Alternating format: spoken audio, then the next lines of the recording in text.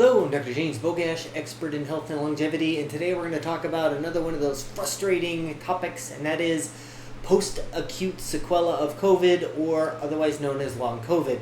And I've certainly done videos on this before. I believe that there's a huge psychological component to long COVID, and we have to be able to tease those apart about what's real and what's created by the environment and the stress and everything that we have done with COVID over the past 2 years.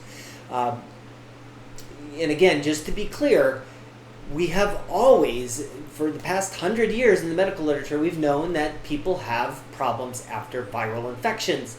People with MS, a lot of times you ask them and they'll say it started with a viral infection. This is not anything new. The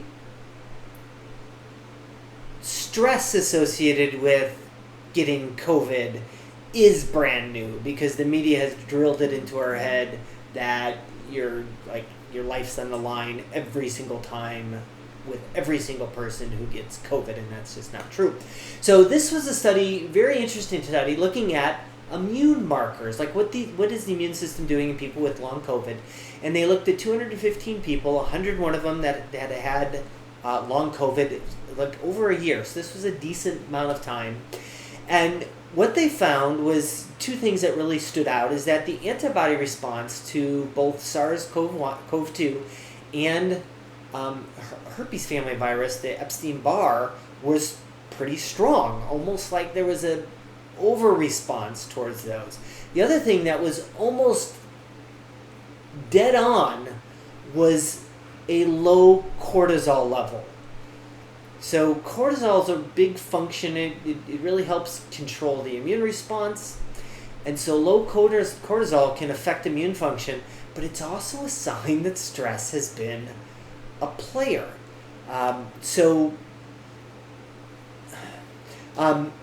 It kind of boils back down to that same scenario, but now we have a marker that is pretty clear that people with long COVID had lower levels of cortisol, which is totally associated with stress. Just yet another factor that ties in the psychological component to long COVID, and then how that affects the immune system. So what do we do about that?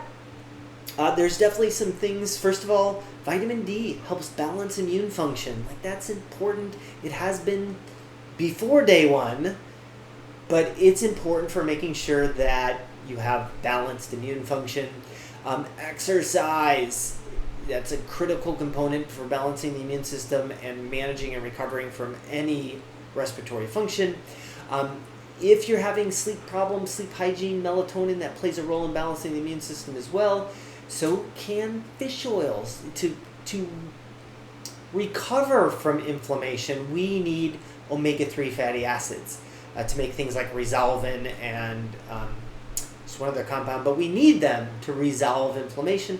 So taking vitamin D upwards of starting at 6,000 a day, essential fatty acids starting at 3 grams per day of good quality fish oil. It's going to be a little bit pricey, but it can really help manage the immune system. But also protecting your adrenals and balancing them out. There are a lot of products out there that help support adrenal function. They generally fall under the adrenal adaptogens, if you've heard of things like, first of all, vitamin C and B6, but also ashwagandha, ginseng. All of these things can help balance out adrenal function and make sure that your body's making enough cortisol. But you have to manage the stress. You have to stop biofeedback, meditation, exercise, yoga, those kind of things play a role.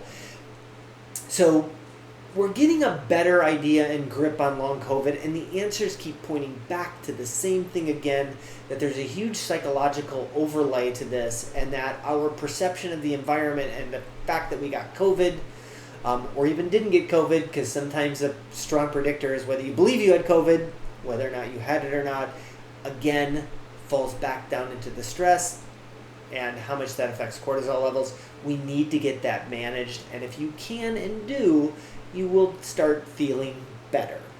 As always, I'll post a link to this particular study in the description. Make sure you like this video, share it with somebody who you think needs the information, and subscribe to the channel.